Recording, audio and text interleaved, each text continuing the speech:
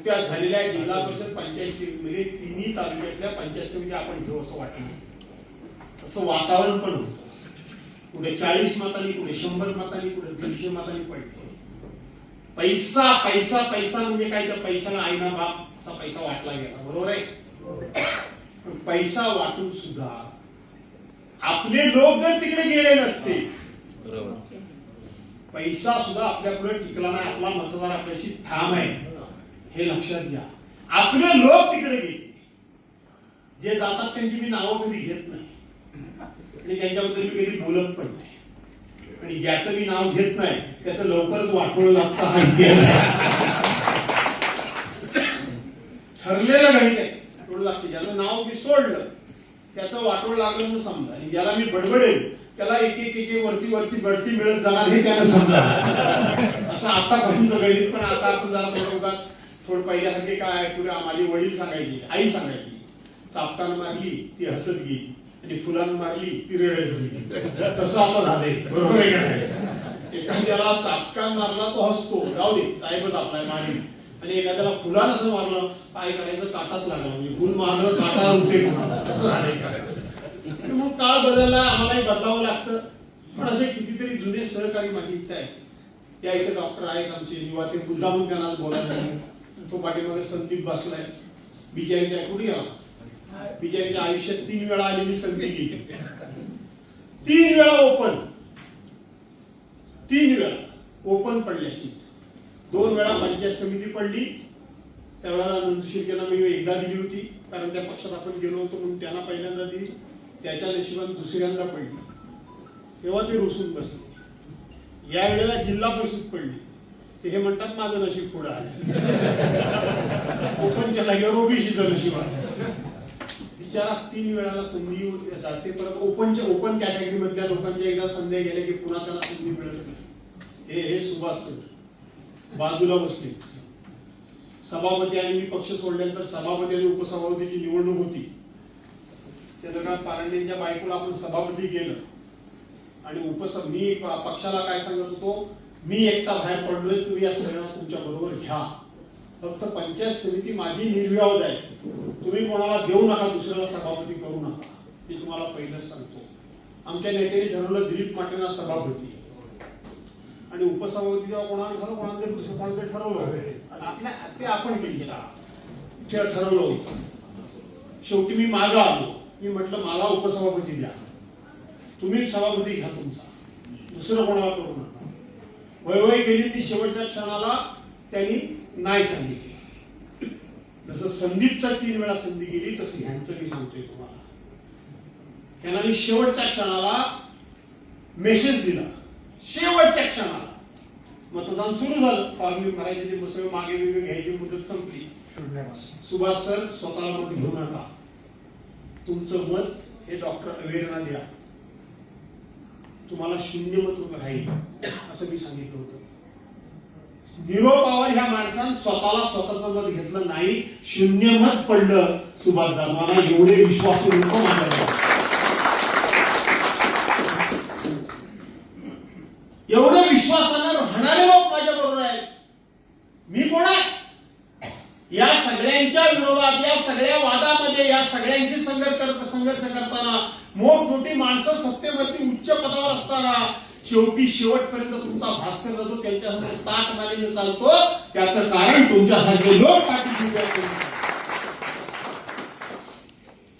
तो संधी 3 वेळा त्याची संधी गेली, राहिला असता एखादा कोण भास्कर जातो मोरू तिकडं म्हटलं असतं. पण त्यांनी काय सांगितलं, आणखी एकदा गेली तरी जाईल, पण मी शेटला सोडणार नाही.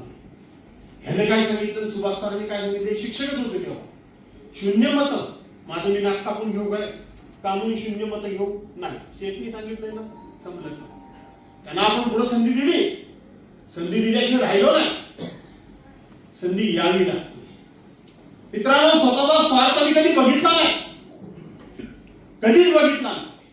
मगाशी कोणतरी भाषण करताना बोललं, मला वाटतं तुम्ही नव्हतं भाषण केलं, प्रमुख नाही, कोणतरी म्हटलं, आंबेडकर म्हणाले की आता काय म्हणाले आंबेडकर, की गुहागरचाच आमदार कशा, आम्हाला चिपळूणचाच आमदार कशाला पाहिजे, बरोबर आहे ना. असं खेळवाल्यांनी म्हटलं गुहागरचाच कशाला पाहिजे, काय होईल.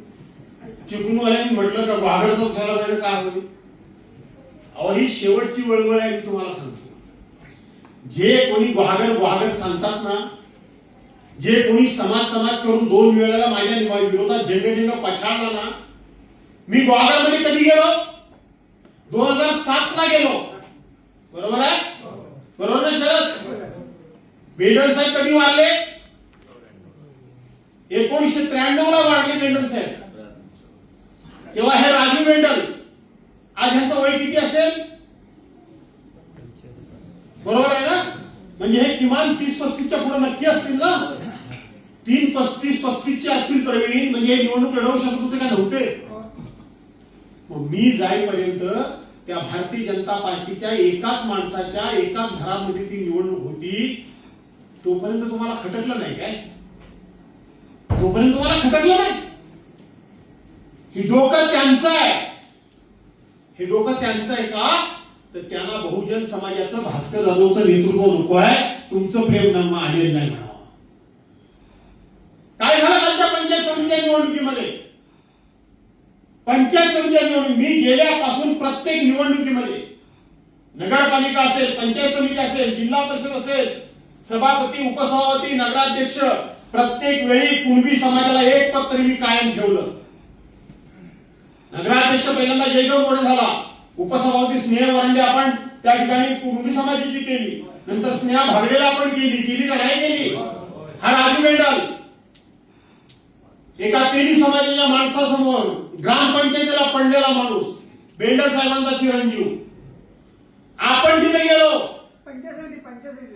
आपण तिथे गेलो आणि आपण गेल्यानंतर त्यांना आपण निवडून आणलं. आपण पहिल्यांदा उपसभापती केलं, सभापती केलं, विलास वाघेला सभापती केलं, आपण त्या पूनम पाटीलला सभापती केलं, आपण पांडुरंग कापलेला उपसभापती केलं, आपण त्या ठिकाणी सीताराम ठोंबरेला उपसभापती केलं. आणखी कोणाला?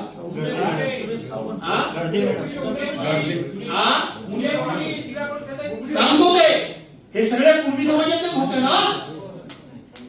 कुणबी समाजातले एक तर मी जात पात कधी बघत नाही. भारतीय जनता पार्टी काय म्हणजे ब्राह्मण समाजाचा पक्ष, पण त्या ब्राह्मण समाजाला कधी त्यांनी सभापती केलं नव्हतं. बरोबर आहे मिळालो? 2 वेळा आपण सभापती केलं. मराठा समाज हा ग्वादरमध्ये नगण्य एकदम कमी आहे. थोडा आहे संख्येनं, नगण्य म्हणजे एकदम कमी आहे.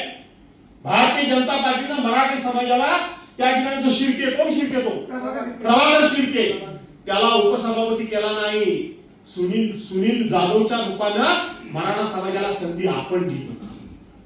सुरेश सावंतच्या रूपानं बौद्ध समाजाला संधी आपण दिली.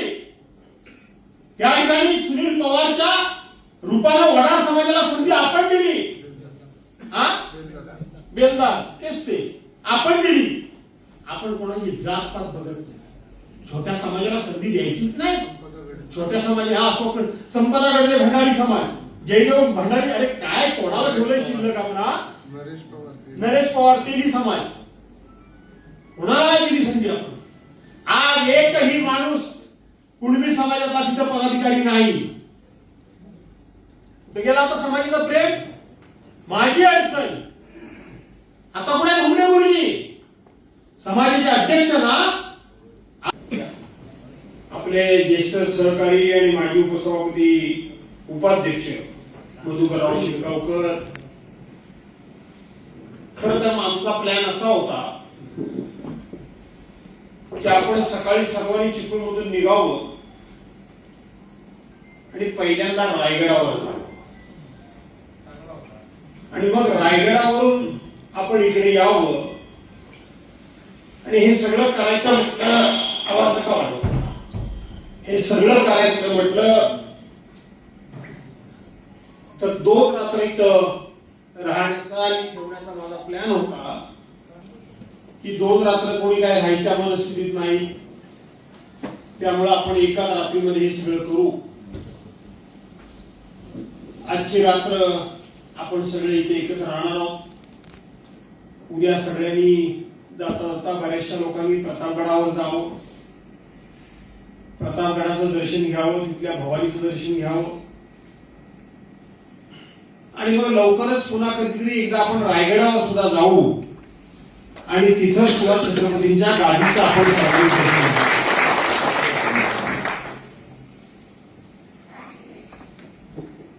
इथं आपण सगळेजण आलेलो आहोत, दुपारी जेवण वगैरे झालं आणि अपेक्षेप्रमाणे अतिशय गांभीर्यपूर्वक एक उत्तम अशा प्रकारचा आपला हा शिबिराचा कार्यक्रम जवळजवळ आता 3 तास चालतोय. 3 तास आपण सगळे अगदी मंत्रमुग्ध होऊन आणि खूप गांभीर्यानं जे वक्ते जे विषय मांडतायत ते आपण सगळे ऐकता. आणि म्हणून सुरुवातीलाच मी आपल्या सर्वांना मनापासून धन्यवाद देतो. बांधवांनो, परिस्थिती अतिशय नाजूक आहे, परिस्थिती खूप अडचणीची आहे आणि ही अडचणीची परिस्थितीतून काही मार्ग निघेल का, ही कोंडी फुटेल का असं आपल्या सगळ्यांना वाटत होतं. परंतु गेले महिनाभर 15-20 दिवस देशामध्ये ज्या घटना घडतायत त्यातून एक गोष्ट निश्चितपणे आता स्पष्ट झाली, कोंडी फुटलेली आहे. कोंडी फुटलेली आहे. फुटली वाटते का नाही वाटते? कोंडी फुटली, सुरुवात झालेली आहे. कुणी केली ही सुरुवात? कशी झाली? बोललं पाहिजे, बसू नका. एक ते प्रभाकरराव घोषणा देतात, बाकीच्या कोण तयारच झालेले नाही. आमच्या काळामध्ये इकडून एक घोषणा तर इकडून घोषणा, इकडून घोषणा तर इकडून घोषणा, नुसता कडकडाट व्हायचा. बरोबर ना प्रभाकरराव?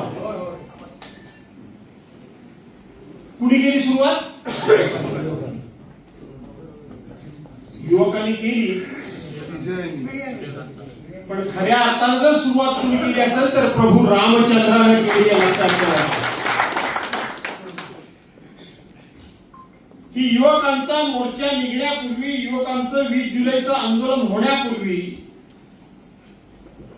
पहिल्यांदा जर बाहेर काय पडलं असेल तर प्रभू रामचंद्राच्या मंदिरामध्ये झालेली चोरी बाहेर पडली. बरोबर आहे? आणि चोरी बाहेर पडल्याबरोबर ज्याचा उल्लेख मनात काही माझ्या मित्रांनी केला की मी अधिवेशन झाल्याबरोबर दुसऱ्या दिवशी लगेच मी मीटिंग घेतली 1 दिवस मध्ये टाकून.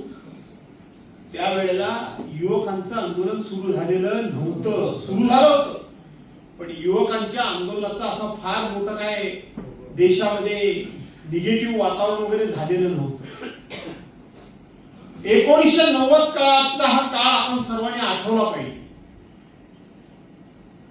1990च्या कालखंडामध्ये देशामधलं जे वातावरण होतं ते प्रचंड अशा प्रकारचं एकमेकाकडे दुश्मनीनं, एकमेकाकडे दुस्वासानं आणि एकमेकाकडे देशानं बघण्याचं असं वातावरण तयार झालं होतं.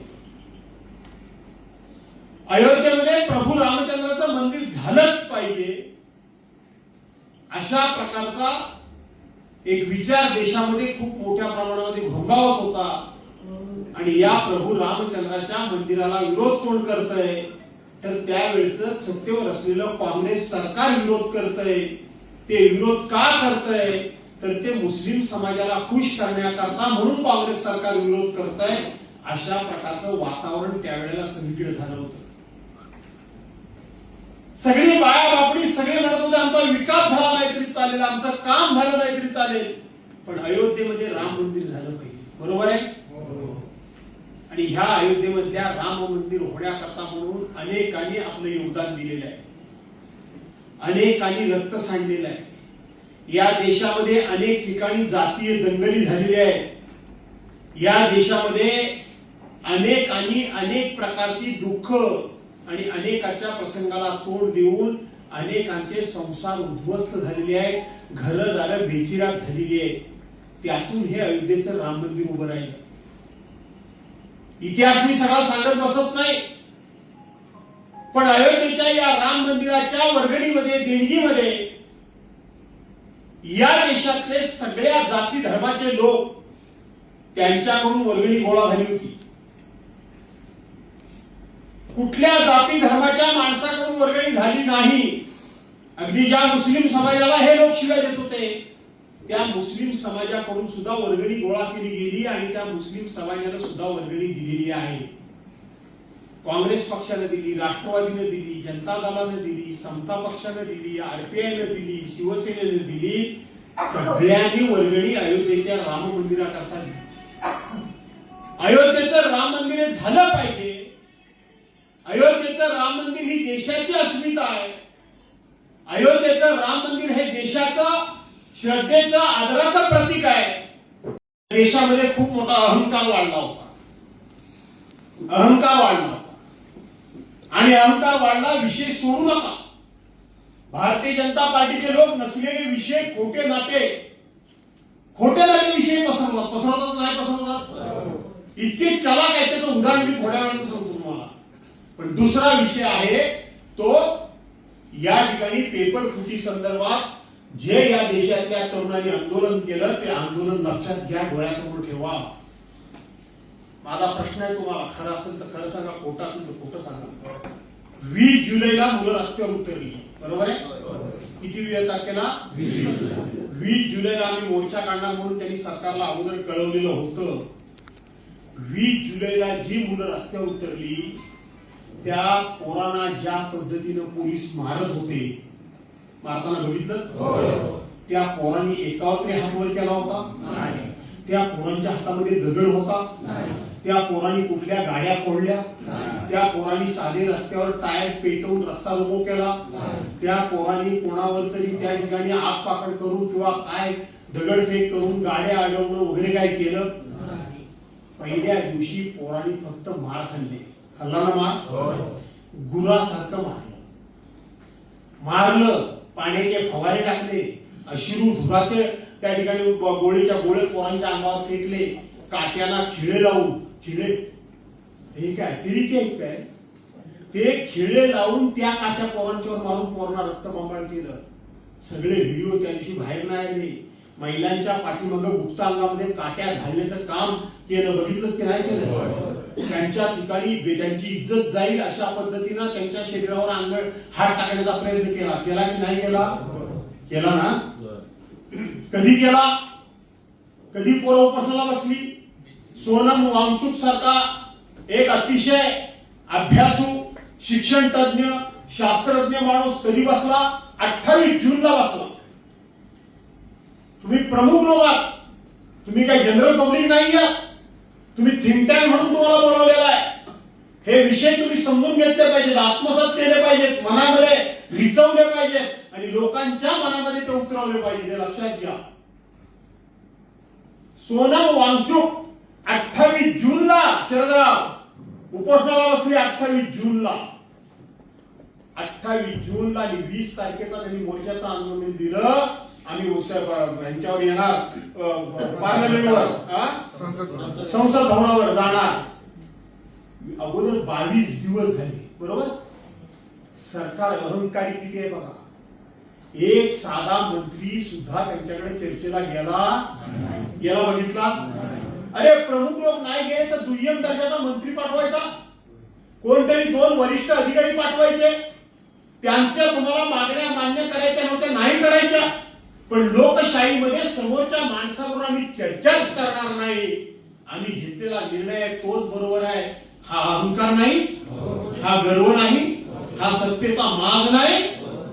20 तारखेला सकाळी तुम्ही येता, लोकांना बाजूला करता, आडव्या चादरी पांढऱ्या लावता, फटाफटा त्या सोनम वांगचुकला त्या चादरीमध्ये गुंडाळता, ते घेऊन टाकता आणि जाऊन हॉस्पिटलला टाकता, नेऊन टाकता, हॉस्पिटलला नेऊन टाकता.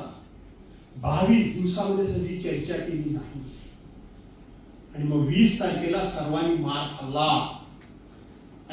खाल्ला आणि 21 तारखेपासून तरुणांनी दाखवलं आम्ही मार खाऊ शकतो, त्याच्या 4 पट तुम्हाला आम्ही मार देऊ शकतो. 4 पट तुम्हाला आम्ही मार देऊ शकतो. तुम्ही त्या ठिकाणी पॅलेट गन वापरली.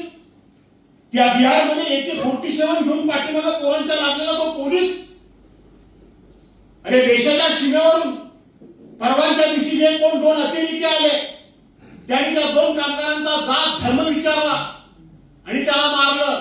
ते अतिरेकी तुम्हाला मारता येत नाही. त्याच्या अगोदर 26 लोकांना अतिरेक्यांनी मारलं पहलगाम मध्ये, त्यांना तुम्हाला पकडता येत नाही. आणि या देशातली पोरं त्यांचे पेपर तुम्ही फोडले. 22 लाख विद्यार्थ्यांच्या आयुष्याची तुम्ही रांगोळी केली, त्यांचं वाटोळ तुम्ही लावलं. त्यांनी तुम्हाला जाब विचारला तर त्यांच्यावर तुम्ही AK-47च्या गोळ्या चालवता, त्यांच्या मागे लागता. देश कुठल्या बाजूने चाललाय?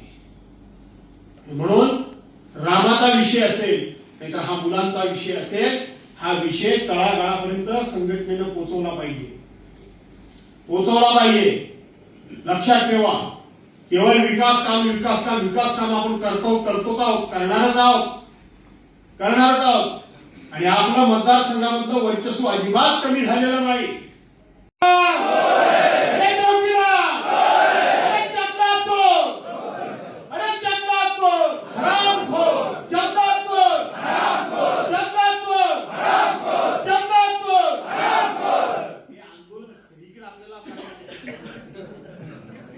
करायचं ना? सुरुवात केलेली आपण. मगाशी माझ्या भाषणाला सुरुवात करताना सांगितलं की कोंडी फुटत नव्हती, काय करावं ही चिंता होती. ही कोंडी तुम्ही जरी जवानाने फोडली म्हटलात तर ही कोंडी प्रभू रामचंद्राने फोडली. प्रभू रामचंद्राचं नाव घेऊन त्याच्या नावानं ते सत्तेवर आले, ते प्रभू रामचंद्राच्याच मंदिरामध्ये चोरी करतात. देव ह्याला सोडी नाही ना सोडणार. आता मोठा आनंद लावायचा ना का नाही लावायचा? आणि म्हणून तुम्हाला कार्यक्रम दिलेला आहे. 2 ठिकाणी आमचा कार्यक्रम झाला. मला पण वेळ मिळत नाही. प्रत्येक विभागामध्ये मी येणार आहे. चिपळूणच्या तालुका प्रमुखांनी या चांगल्या प्रकारचं लीड घेतलेलं आहे. गुहागरच्या तालुक्याने, खेडच्या तालुका प्रमुखांनी ताबडतोब दिवस ठरवा. भागाभागामध्ये मी स्वतः येणार आहे. लोकांच्या मध्ये जागृती करावी लागेल. आणि ही जागृती करण्याचा अधिकार आपल्याला आहे. 1990च्या दशकामध्ये या मी महाराष्ट्रापुढे बोलतोय, खरं तर अख्ख्या देशापुढे बोललं पाहिजे की या भारतीय जनता पार्टीचं नामोनिशान नव्हतं. 2 फक्त खासदार होते. त्या संपूर्ण भारतीय जनता पार्टीला हिंदुत्वाच्या नावानं संपूर्णपणे हिंदू समाज पाठीशी उभं करण्याचं काम जर कोणी केलं असेल तर ते हिंदुत्व सम्राट शिवसेना प्रमुख मान्य बाळासाहेब ठाकरेंनी. आणि म्हणून त्या बाळासाहेबांचे शिवसैनिक आपण आहोत. आपली जबाबदारी आहे की ज्या प्रभू रामचंद्राच्या नावाने जे मोठे झाले ते प्रभू रामचंद्राला पण जर घाबरत नसतील तर त्यांचं पितळ उघडं पाडणं, त्यांची पापं लोकांना सांगणं, वेशीवर टाकणं हे आपलं काम आहे आणि आपला अधिकार आहे ते आपण करायचं की नाही करायचं?